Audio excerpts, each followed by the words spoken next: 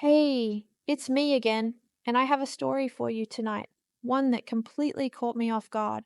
I moved into a new apartment, and let's just say my neighbor wasn't exactly what I expected.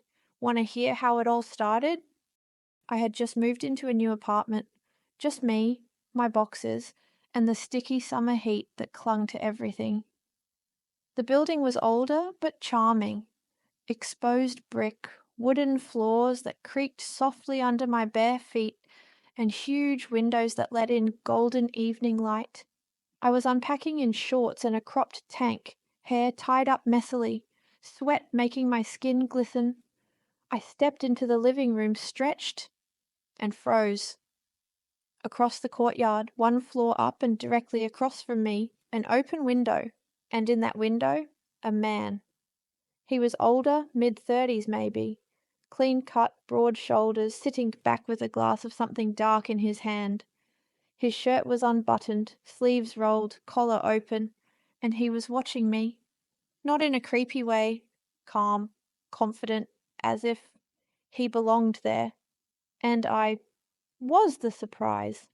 I pretended not to notice, kept unpacking, but my heart was racing. I was very aware of every move I made, every stretch, every time I bent over, and he didn't look away, not once. That night I stepped onto the balcony in just my robe. It barely reached my thighs. The air was warm, the city quiet. I leaned against the railing, letting the fabric slip just enough to tease. His lights were still on. He was there again, leaning against his window frame, watching. I turned slightly, glanced at him, and smiled. Barely. His lips curved. A silent exchange. The next evening I went out again, this time with a glass of wine. I sat on the ledge, one leg up, the robe loose. I could feel his eyes. My skin tingled. I crossed my legs slowly, letting the robe shift. But then I heard a sound. A door. Footsteps. I turned, and there he was, not across the way, here, in my hallway. We stared at each other. "Throwing out the trash?" he asked with a knowing grin. I held up my bag awkwardly. "Yeah, didn't expect company." He laughed softly. "You always look that good when taking out the trash?" I bit my lip. "You always watch your neighbors so openly?" He stepped closer, not touching, just close. Only the ones worth watching. I felt heat rise up my neck. "Do you want to come over later?" He nodded slowly. "I was hoping you'd ask." I opened the door later that night, barefoot, in a silk slip that clung to my skin. He was holding a bottle of red wine and smiling like we'd known each other for years.